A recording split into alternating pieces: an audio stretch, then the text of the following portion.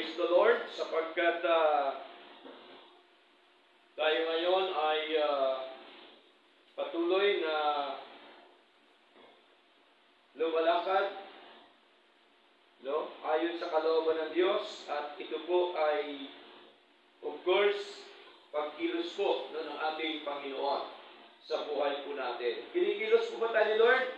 Amen. Mukhang hindi na yata. Kinikilos pa tayo ni Lord? Amen. Amen. No? Kinikilos tayo ni Lord kasi po, tayo po ay anak ng Diyos. Amen po? Amen. Kaya, kung tayo po ay kinikilos po ng Diyos, dapat po tayo na kumilos din sa ating pong mga paglilingkod po, no? Sa ating Diyos na buhay. Okay? So, our topic this morning, no, is about the life of Noah. No? Na bagamat po ito ay ika nga sinasabi nila ay gas-gas na aral, subalit bilang isang mananampalataya, sa atin po ay sariwa pa rin. Amen po? Kasi ito po yung ating pattern o basihan ng ating pong paglilingkod sa ating Panginoon. No? Napakahirap gawin ang isang bagay nang wala kang pattern. Di po ba? Sa isang mananahi, napakahirap gawin ang isang bagay o isang pantalon na wala kang pattern. Di po ba? Kaya mahalaga yung pattern, yung basihan. No? Kaya ito po ay isinulat po ng Diyos yung Old Testament para meron po tayong pattern, no? Basihan, or meron tayong tinatawag na pagsasalaminan. Di po ba? Tayo nga nagsasalamin eh. No? After ng ating pagligo, no? Kasi ako, after ng paligo lang nagsasalamin eh. No? Siguro kayo, malamang araw-araw nagsasalamin. No? Katulad po noon, ako po ay binata, hindi lang po araw-araw nagsasalamin, oras-oras pa, no? Tinitingnan niyo yung sarili sa mirror. No?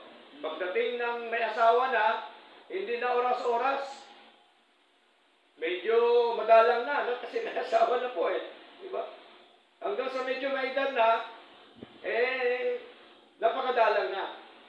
Pero ang punto doon na mahalaga, tinitingnan natin ang ating sarili sa salamin. Tama po? Kasi baka mamaya meron kang dungis. Diba?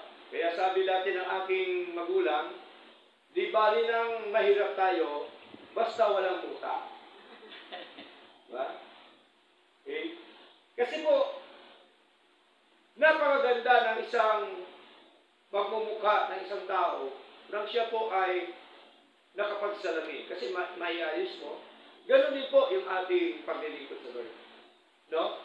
Ito po ang buhay po ni Noah, ay dapat po natin itong makita at dapat po natin bigyan ng tinatawag na kahalagahan, sapagkat ito po ay makapagbigay po sa atin ng encouragement, no? Kung ano ba ang nangyari noong unang panahon. Kasi tandaan po natin, ang buhay po ng lahat ng mga tao sa mundo, meron po yung history. Amen po? Merong history ang buhay ng isang tao. Bawat isa sa atin, may mga istorya po ang buhay natin. Okay? So, ganun din po dito mga kapatid. At alamin po muna natin, saan ba nagmula itong si Noah o si Noe? Natandaan po natin, ito pong si Noe ay anak po ni Lamech, na ang tatay naman ni Lamech ay si Metusela. No? Sa madaling salita, ito po si Metusela, lolo ni Noe. At alam niyo po ba na si Metusela, siya po ang pinakamahabang taon sa buong mundo. No? Ilang taon po si si Methuselah bago namatay? 969 years. Tingnan nyo. No? Diba? May nabubuhay pa ba hanggang ngayon? Wala na po. Diba? Okay? So during the Old Testament, ang mga buhay ng mga tao roon, mahahaba. Okay? Pero, tingnan natin kung ano po ba yung mga ginawa po ni Noe nung siya po ay naglilingkod po sa ating Panginoon. No? At ito naman si Methuselah, ang kanya pong tatay ay si Enoch. No? Si Enoch. Okay? Pagka i-trace pa po natin yun, matitrace pa po natin yun sa banal na kasulatan kung sino pa talaga ang mga henerasyon pa, mga kapatid. Kaya dito po sa ating pag-aralan po ngayon ay atin po nabasa kanina na kung bakit po ginunaw ng Diyos ang mundo, yung lumang mundo, sa pamamagitan po ng baha. Okay? At alam po natin ang dahilan because of sin. Amen? Saan po nagsimula ito? Nagsimula po ito, of course, doon po kay Adan at kay Eva, at hanggang sa nagkaroon ng marami ng henerasyon, at ang mga anak po ng Diyos ay nakapag-asawa po ng mga anak ng tao. Kung inyong babasahin ng chapter 6. Okay? So, doon po talaga lumaganap yung kasalanan. Nakita po ng ating Panginoon. Kaya, anong sabi po niya? Basahin po natin ang Genesis chapter 6, verse 5. Sabi po dito sa wikang Tagalog, at nakita ng Panginoon na mabigat ang kasamaan ng tao sa lupa at ang buong haka ng mga pag-iisip ng kanyang puso ay pawang masama lamang na parati. O tingnan niyo po mga kapatid, no? Dahil po sa kasamaan pala ng tao. Okay? Sapagkat ang mga anak po ng Diyos nakapag-asawa po ng mga anak ng tao. Ano pong ibig sabihin sa bagong tipan? Ibig sabihin, para madali po natin maintindihan, ang mga mananampalataya na lalaki nakapag-asawa ng mga hindi mananampalataya. Ang problema, natangay sila ng hindi mananampalataya. Ganito po sa panahon natin ngayon. Kaya ayaw talaga ng Diyos na hanggat maaari, dapat ang maging partner mo ay mananampalataya. Basahin po natin, ito po ang tinuturo ng ating Panginoon sa 2 Corinthians, no? Chapter 6, verse 14. Anong sabi? Sa wikang Tagalog, huwag kayong makipamatok ng di pantay na kasama ng mga di mananampalataya. Di ba? Kasi magka-problema pagka ang iyong partner sa buhay ay hindi mananampalataya. No? Marami pong nangyari po yan. Di po ba? Nag-away-away dahil po sa hindi parehas ang pananampalataya. Sabi pa po dito, sapagkat ano bang pakikibahagi meron ang katwiran sa di pagkamatuwid. Okay? Ano pa? At ano bang pagkikisama meron ang liwanag sa kadiliman? At ano bang pakipagsang-ayon meron si Kristo kay Bilian? Ito po si Bilian, isang diablo. So wala po talaga, hindi po pwede magkasundo. Amen po? Ito po ang Panginoon Kristo at ang diablo. So separate po talaga. Hiwalay po talaga sila. Hindi po pwede. Okay? Ano pa pong sabi dito? Ituloy po natin. At ano bang pakipagkasundo? Meron ang templo ng Diyos sa mga Diyos-Diyosan. Tandaan po natin, ang Diyos-Diyosan po hindi lamang ribulto, kundi ang mga bagay sa mundo ito, ginagamit din po ng kalaban na ito po ay maging iyong Diyos-Diyosan. Diba? Halimbawa, okay? Ano pastor yon yung mga Diyos-Diyosan na hindi naman ribulto? Okay? Halimbawa, isang bagay na ginagawa mo, okay, na kung saan mas binibigyan mo pa ng halaga ang bagay na yon kaysa pagsamba sa Diyos. Amen po? Hindi ba Diyos-Diyosan po yon? Tama po? Mas gusto mo pa na gawin ang mga bagay sa mundo dahil dinidiyos mo na kaysa Diyos na tunay at totoo na dapat po paglingkuran.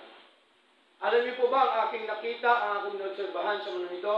Marami ngayon, ang kanilang ginagawang Diyos ay pera. Amen po? Pera. Kaya pagdating na sa pera, kung inyo po napapansin, sa pera, walang kapatid, walang kamag-anak. Tama? Maraming nangyari po yan. Nag-away-away because of money. Bakit nangyari yun? Kasi po, dinodiyos na ang pera. Amen?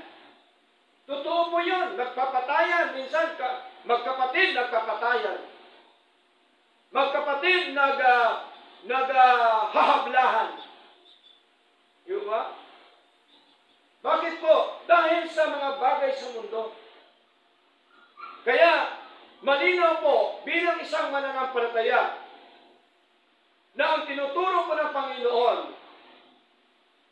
bago ka pumasok sa isang bagay na magkaroon ng pamilya, dapat piliin mo yung taong may takot sa Diyos, yung taong mananampalataya ng ating Panginoon. Amen po? At dapat, huwag po tayo magpadala sa ating mga asawa na di mananampalataya. Manapay, dapat ang gawin natin, dalhin sila sa tama at totoong pananampalataya. Ito po kasi nangyari dito during the time na ang mga anak ng Diyos nagsipag-asawa ng mga anak ng tao, ibig sabihin ng mga tao na nasa kasalanan, nasa mundo. Kaya tuloy na natangay po sila.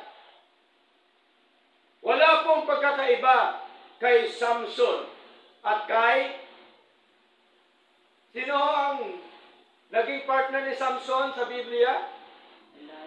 Si Delilah. Hindi ko kanta na Delilah. Pangalan po ito, nakasawa ni Samson, ni Samson.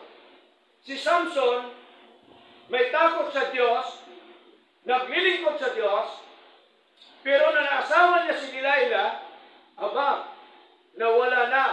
Lumambot na si Samson. Diba? Kinarin niya siya ng kanyang asawa. Kinilitis siya ng kanyang asawa. Sabi niya ng kanyang asawa, ituro mo sa akin ang isang bagay sa iyo kung saan ka mahina. Diba?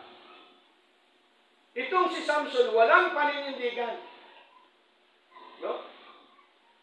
Mananampalataya siya, subalit dahil mas mahal niya ang kanyang asawa, kaya mahirap po ang isang mananampalataya na mas mahal mong asawa mo kaysa Diyos. Mahirap po, mga kapatid. Amen po? Amen. Dapat mas una na mahalin mo ang Diyos kaysa iyong asawa. Amen po? Amen. Bakit? Yung asawa mo, mahal mo sa buhay, dapat pangalawa lang yan sa buhay mo. Dapat ang first love mo, si Lord. Amen po? Amen. Kaya doon sa Revelation, di ba, sabi niya sa Ephesian Church, nasaan na ang iyong first love? Lumamig na sila sa paglilingkod sa Lord. Di po ba? Kasi tingnan niyo po, once na first love natin si Lord, tandaan po natin, ang pagmamahala natin bilang mag-asawa, pagmamahalan natin bilang pamilya, mas lalong tatatag, mas lalong titibay. Bakit? Ang namamagitan, ang Diyos. Amen po? Totoo po yan, mga kapatid. Totoo po. Kaya tingnan niyo po, maraming mga tao ngayon magulo ang buhay kasi hindi ho naghahari sa kanilang Diyos. Hindi ho namamagitan sa kanilang Diyos. Ang namamagitan sa kanila, mga material na bagay. Kaya tuloy, magulo. Nakita mo lang na okay ang buhay, pero deep inside, kapatid, magulo po yan. Walang kapayapaan sa buhay. Okay? So malinaw po mga minamahal, na iba po talaga yung mananampalataya. Huwag na nating hintayin na ang lugar ng Kabanatuan, ang lugar ng Nueva Ecija, ang lugar ng Luzon, ay mapusahan po ng ating Panginoon. Because of sin. Nadala ho sila. Ang ginawa nila, ibang Diyos ang kanilang pinaglilingkuran. Natangay sila ng kanilang asawa. Yamang hindi tunay na Diyos ang kanilang pinaglilingkuran, ano po naging resulta? Aba, talamak, mabigat, nakita ng Diyos, matindi ang kanilang pagkakasala sa ating Panginoon. Yan ang dahilan kung bakit ginunaw ng Diyos ang mundo sa pamamagitan ng baha. Okay? Pero tandaan po natin, si Lord, hindi naman agad-agad po yun. Meron pong mercy si Lord. Amen?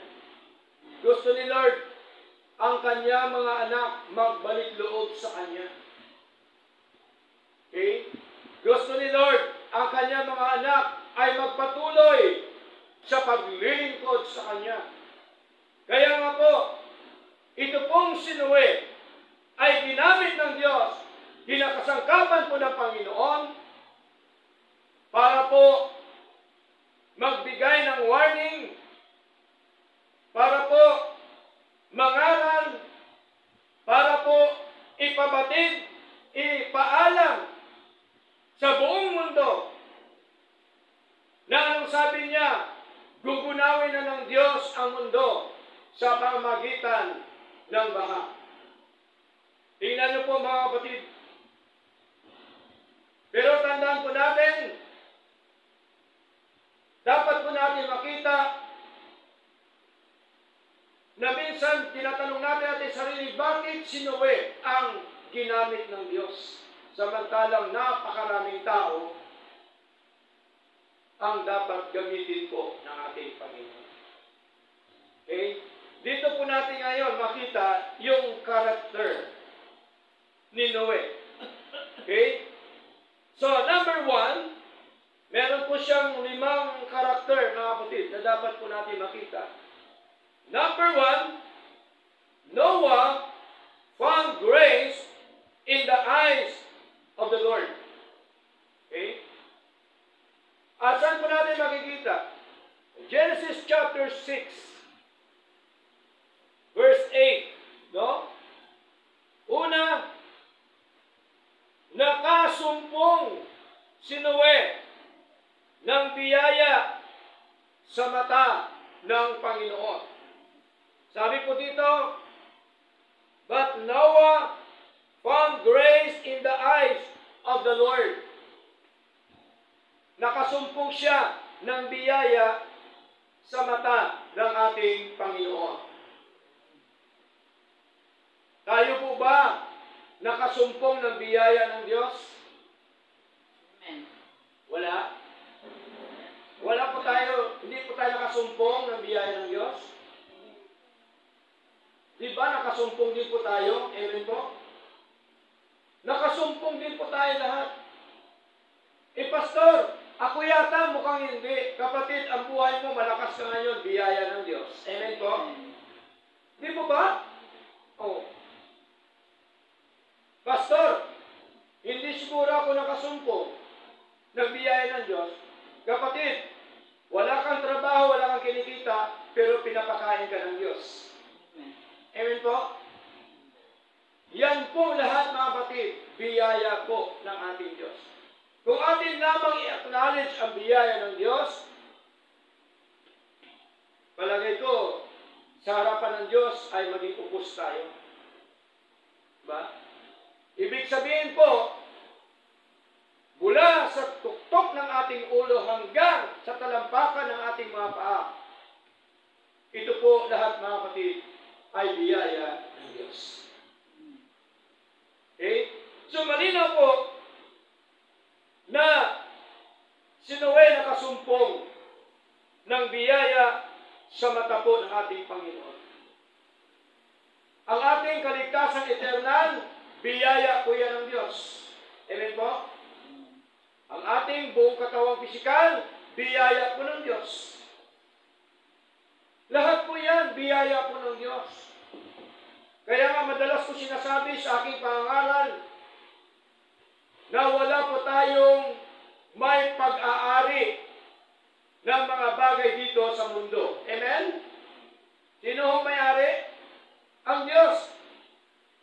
He is the owner. He is the builder ng lahat ng mga bagay sa mundo po ito. Kaya, kung si Noe nakasumpong ng biyaya ng Diyos, tayo din po nakasumpong ng biyaya po ng Diyos. Yung atin lamang pagdalo, pagkaintindi ng salita ng Diyos, pinaunawa ng Diyos sa atin, biyaya po yan ng Diyos, mga kapatid. Okay? Kaya lahat po, biyaya po yan ng Diyos. Wala pong kawala po yan, mga minamahal. Okay? So, hindi lamang siya nakasumpong ng biyaya po ng Diyos. Number 2, siya din po ay sakdal. No? Basahin po natin sa verse 9, chapter 6, mga kapatid. Okay? Sabi dito, these are the generation of Noah.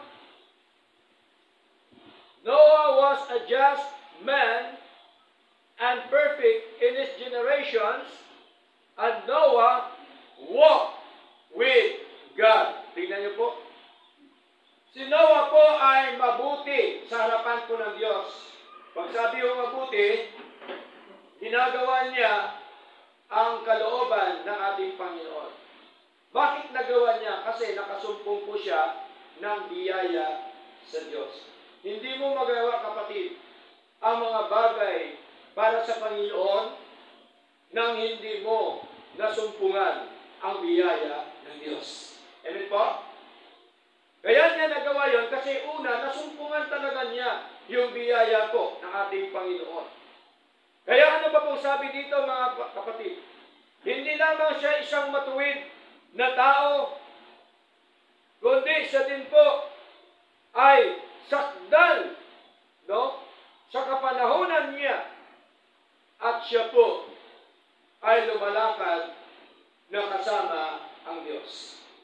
Tingnan niyo po, ibig sabihin, pag sinabi po na kasama niya sa kanyang paglakad yung ating Diyos, ibig sabihin po, mga kapatid, nandoon ang kanyang pananampalataya sa ating Panginoon na sa lahat po niyang ginagawa, ina-acknowledge po niya yung ating Diyos. Pinagkakatiwalaan niya yung ating Diyos. Okay?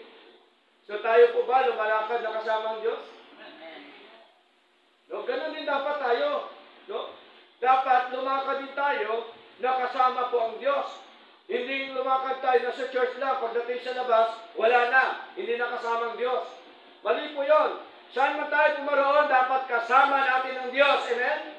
Saan man tayo pumaroon, dapat meron tayong paninindigan na ako po ay sa Diyos. Amen po? Na ako po ay mananampalataya ng Panginoon. Huwag nating itanggi. Hindi po ba? Manindigan tayo. Maraming Kristiyano ngayon kung bakit nawala kasi wala hong paninindigan ng mga salita ng ating Panginoon. Okay? Marami pong nahiya. Bakit? ka nahiya. Kasi kulang ka sa paninindigan ng mga salita ng ating Panginoon.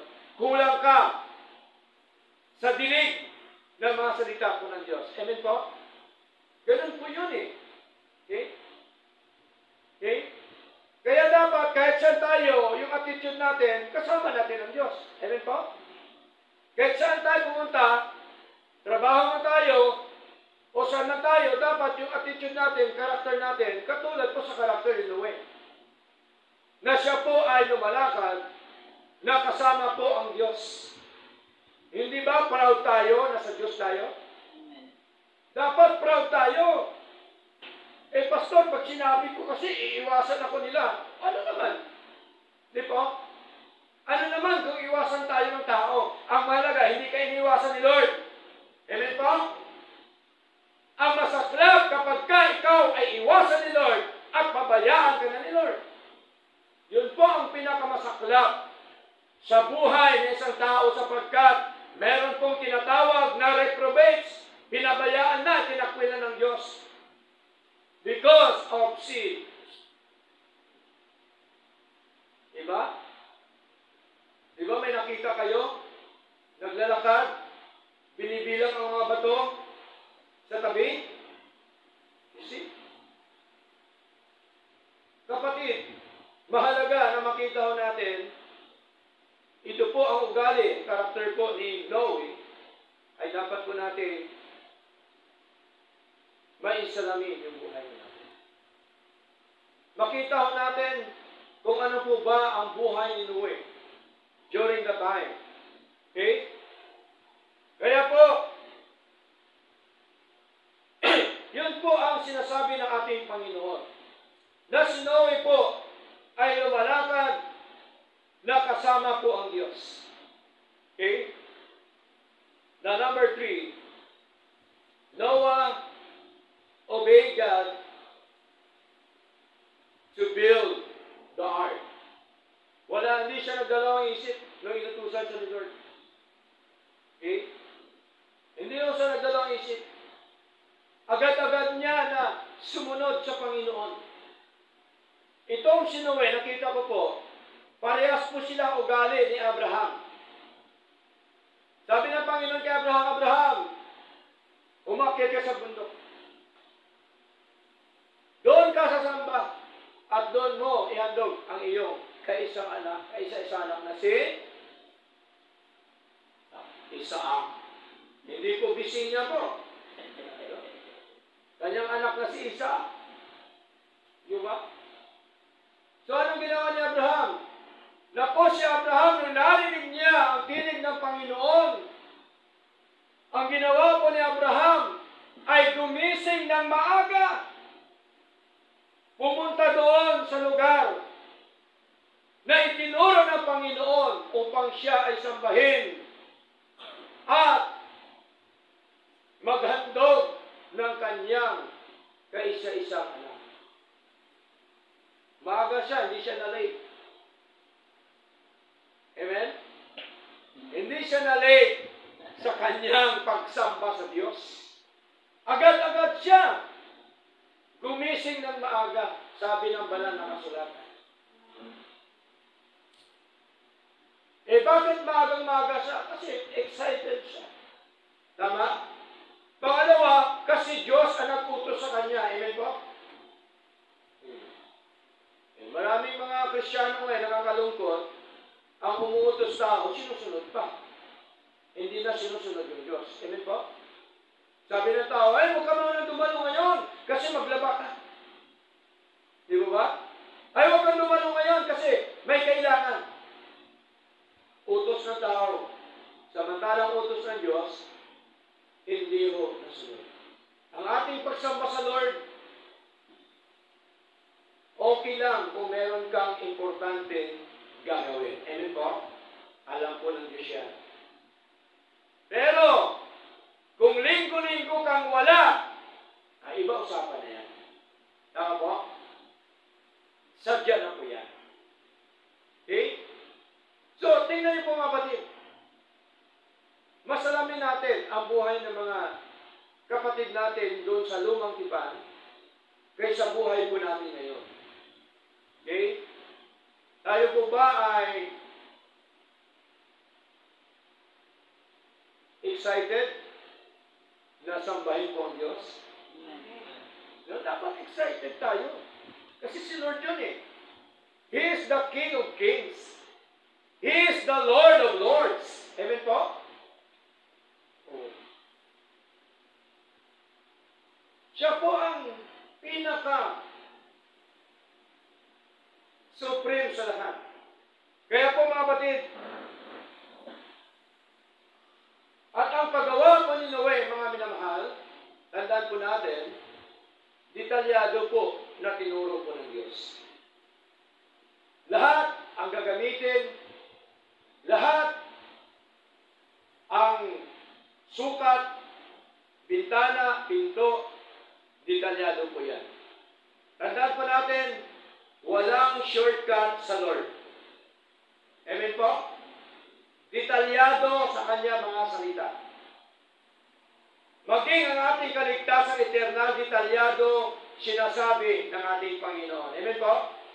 Maging ang ating pamumuhay, detalyado, tinuturo, sinasabi ng ating Panginoon. Na kung saan, once na masunod mo ang detalyadong utos ng Diyos, tiyak po yun, maging matagumpay ang pinapagawa ng Diyos sa iyo. Amen po? Maging matagumpay po yun, mga kapatid. Okay? Ano pa pong sabi mga minamahal? Ituloy po natin. Okay? Ano pa pong sabi? Okay? Noong nagawa na po ni Noe ang daong, ano ang nangyari mga kapatid? Okay? Si Noe po ay nangaral. Okay? Nangaral po si Noe. Anong sabi dito? Sa sa 2 Peter, chapter 2, verse 5, basahin po natin. Sa bagong tipan, 2 Peter, chapter 2, verse 5. Okay? 2 Peter, chapter 2, verse 5, sabi po dito, at hindi pinatawad ang lumang sanlibutan, yung old world, datapat iniligtas si Noe na ikawalong tao, isang mangangaral ng katwiran, ipinadala ang baha sa sanlibutan ng mga hindi makadiyos. Diba? Nung nangaral si Noe, hindi ho siya pinaniwalaan ng mga tao. Diba? Sabi ng mga tao during the time, Mari, si Noe siguro, meron ng ganon. Diba? Kasi, paano makarating dyan ang tubig sa ibabaw ng bundok? Diba? Kaya hindi totoo yan, sinasabi ni Noe. So ano ang nangyari? Mga kapatid, naging totoo po ba ang sinabi ni Lord? During the time, naging totoo. Okay? Kaya po, noong dumating na sa oras sa itinakda ng ating Panginoon, okay? Ano ang ginawa ng Diyos? Nagpaulan si Lord. Di ba? Nagpaulan si Lord ng tubig, ulan. Ang ginawa pa ni Lord, binuksan ang lahat ng lagusan ng tubig sa buong mundo. Ano pang ginawa ni Lord, mga kapatid? Hindi lamang niya binuksan, kundi nagpaulan siya ng 40 days and 40 nights. Isang buwan at 10 taon at 10 araw na kanyang pinaulan ang buong mundo. Diba? Na-obserbahan niyo po sa paligid natin, dire-diretsong ulan sa araw, di ba may bumabaha na? Po, lalo na sa Maynila, isang oras lang na napakalakas ng ulan, bumabaha na. Yun pa kaya ang isang buwan at saka 10 araw? Ganun po ang ginawa po ng Diyos. Because of sin. Okay? So bago po ginuna ng Diyos ang mundo, nung natapos na po ang daong, sino lamang po ang pumasok? Kung sa pagsamba pa, sa paglilingkod, sino lamang naglingkod sa Lord? Yeah? Ilan po sila? 8 lang po sila. Ang pamilya lang po ni Noe ang pumasok sa daong at saka yung mga hayop na pinreserve ng ating Panginoon. Diba? Paris-paris na hayop ang inakyat ni Noe ayon sa utos po ng ating Panginoong Diyos na buhay. Kaya tingnan niyo po mga kapatid, kung gaano pinarusahan po ng Diyos ang lumang mundo sa pamamagitan po ng baha. Noah is a preacher of righteousness. Nangangaral po siya sa mga katwiran ng ating Panginoon. Kaya ang binabahagi ho ng isang mga ngaral dapat katwiran ng Diyos. Amen po? Hindi dapat katwiran ng tao. Kaya tayo nangangaral based on the Bible. No?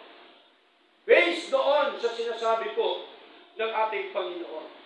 Kaya napakahalaga po mga kapatid na makita po natin na once na tayo po ay kinoconvict ng ating Panginoon sa buhay po natin, na tayo po ay magpatuloy sa paglilingkod sa Diyos,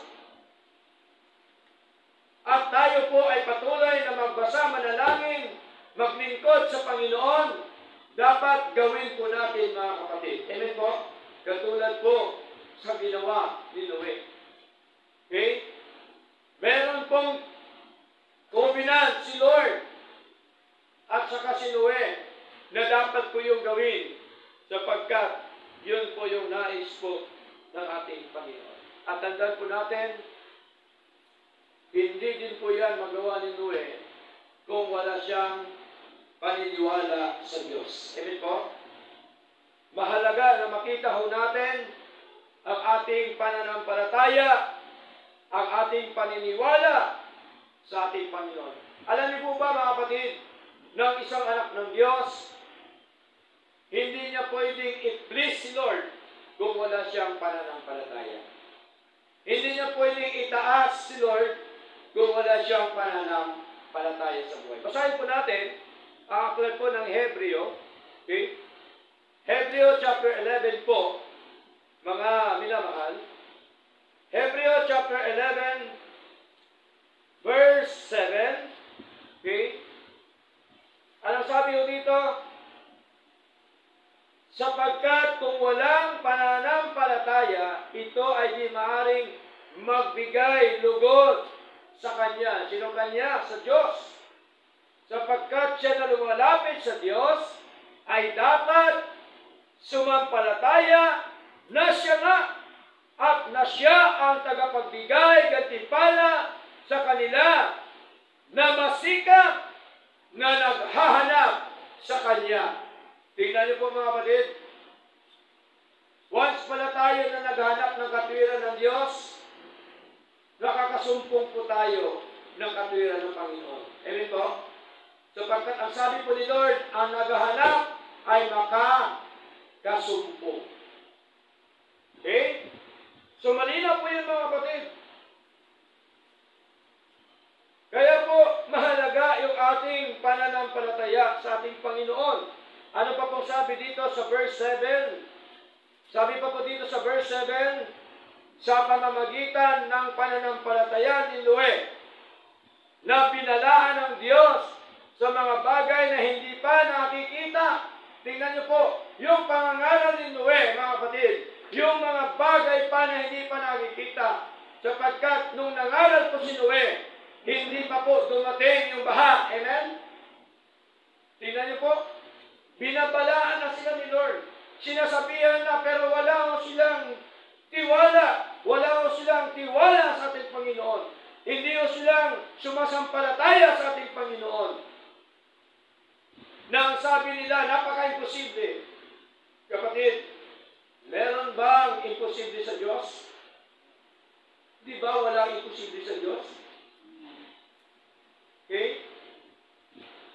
Kaya ang pangangaral ng salita ng Diyos sa atin, na bagamat po, ito po ay hindi pa natin nasumpungan dahil buhay pa tayo sa mundo, kapatid. Sure po yan na meron tayong eternal life. Amen? Sure po yan na meron tayong buhay na walang hanggan. Kaya po tayo ay binabalaan ng ating Panginoon, winawarningan, sinasabihan sa mga bagay na hindi pa natin nakikita. Di ba? Ano pa po? Sabi dito, sa pamamagitan ng pananampalataya si Noe, na pinalaan ng Diyos sa mga bagay na hindi pa nakikita, ay kumilos na may takot. Hindi pa po niya nakikita yon, pero kumilos na po si Noe. Diba? Bakit siya kumilos? Kasi meron po siyang pananampalataya sa Lord. Amen po? Bakit ka kumilos ngayon na maglingkod sa Lord? Bakit ka kumilos ngayon na makinig ng salita ng Diyos, kapatid? Bakit kumilos ka ngayon na sambahin ang ating Panginoon? Tandaan po natin, because of your faith to our God. Amen po? Pananampalataya, mahalaga. Ikintal natin, itali natin sa ating mga puso ang ating pananampalataya sa ating Panginoon. Ano pa sabi dito? Kumilos po si Noe na may takot sa Diyos, naghanda ng isang daong, sa ikaliligtas ng kanyang bahay. At sa pamamagitan nito, ay hinatulan niya ang sanlibutan at naging tagapagmana ng katwiran sa pamamagitan ng pananampalataya. Kaya po, kung inyo po napansin, mga kapatid, pamilya lang niya ang naligtas. Kaya mahalaga yung pamilya. Amen po? Mahirap na meron tayong pamilya na maiwan sa paglilingkod. Amen po? Kaya lagi natin pinapanalangin na nawa walang pamilya na maiwan sa ating paglilingkod sa Diyos. Katulad po ni Joshua. Pinapili po ni Joshua ang mga tao kung sino ang kanilang paglingkuran. Sabi ni Joshua, mamili kayo kung sino ang kaninyong pinaglingkuran. Yun ba ang mga Jebuseo na may mga Diyos-Diyosan? O ito ba yung tunay at totoong Diyos na ating pinaglingkuran? Kaya ano sabi ni Joshua? Malinaw po. Ipinahayag ni Joshua sa buong Israel na sabi po niya, as for me and my house, we will serve the Lord. Dapat yun ang ating katwiran. Amen? Okay? Kasi mahalaga yung ating pamilya. Amen po? Dapat huwag maiwan sa paglilingkod, mga kapatid. Okay? At hayaan po natin, ipag-pray natin sila lagi. At ang Diyos naman ang siyang tutugon yan, mga kapatid. Okay? So malinaw po yung ating pananampalataya na dapat lumakad tayo na may pananampalataya sa ating Panginoon. 2 Corinthians chapter 5, verse 7, mga kapatid. Anong sabi? 2 Corinthians chapter 5, verse 7, sabi po dito ni Pablo, "For we walk by faith, not by sight." Kapag nilingkod sa Lord, mahalaga po ito na tayo po ay lumakad na may pananampalataya, hindi dahil sa ating paningin. Amen po? Pananampalataya, mahalaga. Okay? So, ganun din dapat ang gawin natin, no? Sa paglilingkod sa Lord. Even Paul, nananahan po siya sa kanyang pananampalataya sa ating Panginoon. Anong sabi sa Galatians? Okay?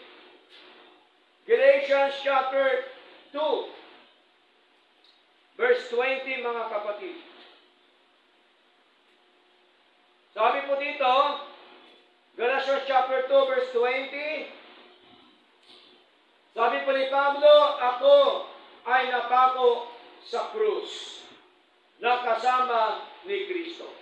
Tingnan niyo po, si Pablo, napako na siya, ibig sabihin, hindi siya kasama doon sa pinagpakuan ni Kristo. Ang ibig sabihin nito, napako siya, ibig sabihin, nandoon siya nakapako ang mga katwiran ng Diyos, ang kanyang paglilingkod sa Diyos. Amen? Ang kanyang pananampalataya sa Diyos. Nakapako na siya, nakapirmis na siya. Okay? Ano po sabi dito? "Gayunman, ako ay nabubuhay." Si Pablo, katulad natin na nabubuhay. Bagamat hindi na ako. Kasi ang buhay ni Pablo dati, mamatay tao, pero nung siya po ay kinilos mo ng Lord, hindi na po siya naging ganon. Nagbago na po yung kanyang buhay. Amen? Binago na po ng ating Panginoon. Ang nagbago po ang Diyos, hindi po ang tao, hindi sarili mo. Amen po? Tandaan po natin, walang kakayanan ang tao na baguhin ang kanyang sarili unless na siya po ay kilusin ng kapangyarihan ng Diyos. Amen po? Ano ba po sabi dito? "Kundi si Kristo ang nabubuhay sa akin, at ang buhay ngayon ay ipinamumuhay ko sa laman, ay ipinamumuhay ko sa pamamagitan ng pananampalataya ng anak ng Diyos na siyang umibig sa akin at nagbigay ng kanyang sarili para sa akin." Tingnan niyo po, mga kapatid. Kaya tayo, bilang anak po ng Diyos, dapat makita ho natin, kapatid, ng ating dalawang mata, nakita dapat ng ating spiritual eyes, na tayo pong lahat ay nakapako na kay Kristo, at tayong lahat ay nakakulong na sa ating Panginoon. Amen? Nakakulong na po ba tayo sa Diyos? Huwag tayong magkawala, kasi delikado, dapat nakakulong tayo sa Lord.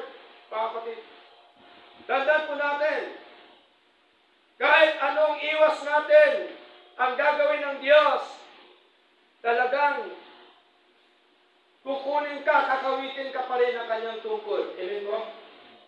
Kakawitin ka pa rin ang kanyang kapangyarihan. Okay? Malinaw po, mga kapatid, na ang lahat po na sa ating paglilingkod po dapat nakadepende po. Makita ho natin, nakadepende sa ating Panginoong Diyos na buhay. Okay? Wala akong pagkakaiba bago tayo magtapos. Wala akong pagkakaiba na pinagawa ng Diyos kay Noe, yung daong. Wala pong pagkaiba sa panahon natin ngayon. Bakit, Pastor? Ano po ba ang walang pagkaiba? Walang pagkaiba sapagkat tandaan po natin, sa bagong tipan sa panahon natin ngayon, meron pong itinayo na church sa ating Panginoon. Amen po? Sa loob ng church. Para tayo maligtas sa kapahamakan sa mundo, kailangan ba natin pumasok sa church?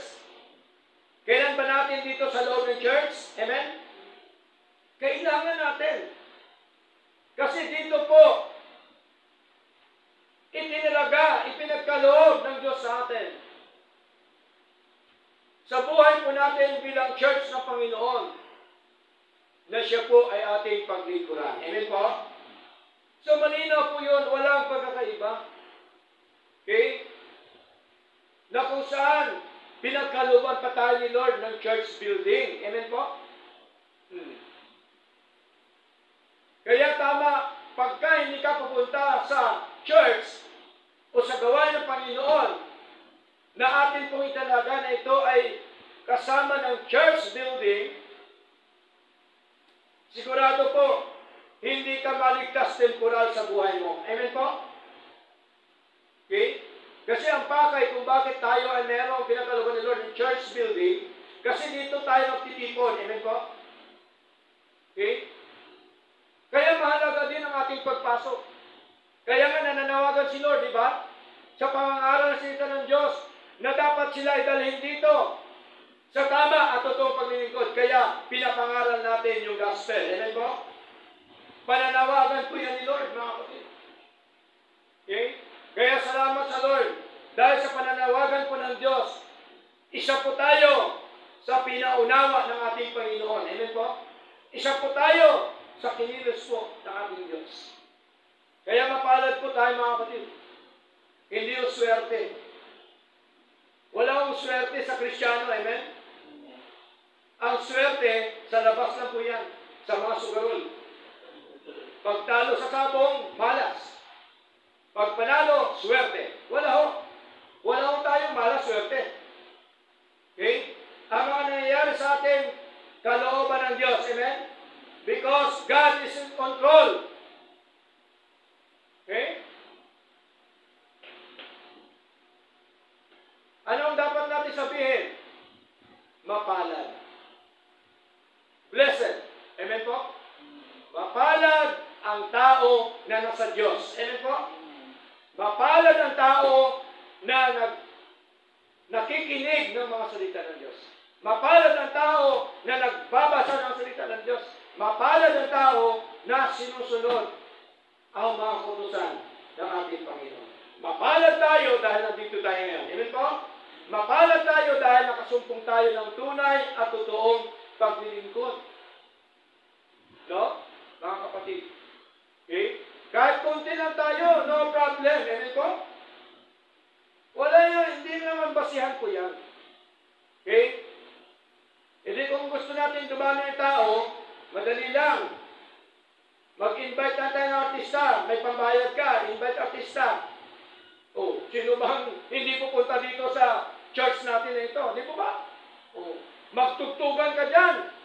Parinig mo sa lahat. Di ba pupuntahan ka? Di ba? Bakit hindi natin ginagawa? Kasi hindi po yung utos si Lord. Amen? Ang utos ni Lord nandito na sa pagsamba. At ang pagsamba, anong klaseng pagsamba? Singing with grace in your hearts to the Lord. Amen? Kaya nga, ang inawit natin dahil sa ating mga puso para sa ating Panginoon. Okay?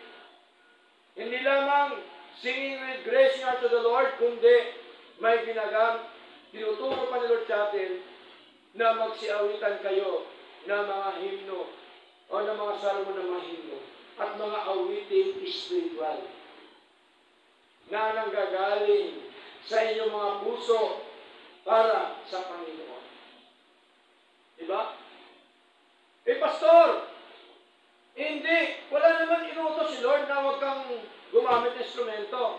Wala palang inutos, ba't ka gumamit? Amen po? Wala palang inutos eh. Ba't ka gagamit? Wala na nga inutos. Kung may utos, pwede. Amen? Sa bagong tipan. Pastor, bakit si David? Bakit si David ka ba? Amen po? Nakuha na pupunto? Bakit? Old Testament church ka ba? Akala ko ba sabi mo New Testament ka? Diba? Maraming simbahan ngayon, puti itim. Diba? Ano ibig sabihin ng puti itim? Sabi nila, New Testament church, Pagka ituro yung tunay na pagsamba sa New Testament Church, aba, i-adapt ngayon yung lumang tipan. Kasi ito sabi ni David. Di ba, pastor, lahat naman dapat nating gawin? Para lang kay David po yun. Amen po? Ang para kay David, amen? Ang para kay Noe, para kay Noe. Ang para kay Joshua, para kay Joshua. Di po ba? Para kay Isaac, para kay Isaac. Na dapat po siya ipapatayin doon, pero hindi natuloy. Ang para sa atin, bagong tipan, para sa atin. Amen po? Ito po ngayon, para sa atin. Okay? Pastor, bakit? Wala kayong ministry of healing. Katulad ng mga apostol during the time. Bakit wala kayong apostol na pangalan? Tandaan po natin, ang pangalan ng apostol, wala na po yun. Amen po? Nangawala na po sila. Pero ang aral ng mga apostol, na nanatili hanggang ngayon, hanggang sa pagdating ng ating Panginoon. Amen po? Bakit? Kasi ang mga aral ng apostol ay aral po yan ng Diyos. Malinaw po mga kapatid yung aral po natin. Kaya po, sa ating paglilingkod na ito, mga minamahal, kung paano ang Diyos ang may-ari ng daong, sapagkat siya po ang nagpagawa, siya may-ari, siya ang nagtayo. Ganon din po ang kanyang church. He is the owner, He is the builder of His church. Nakita natin ngayon, malinaw, na dapat pahalagan po natin ang church ng Panginoon. Amen po? Kaya dapat kung may gawain, punta tayo sa gawain po ng ating Panginoon. Kasi mahalaga yung church. Muli po ang Diyos, nawa po mga kapatid, ay ang Diyos ang siya patuloy na magpala po sa atin at patuloy po tayong maglingkod po sa Kanya. Magandang umaga po, purihin po ang ating Panginoon. Dahil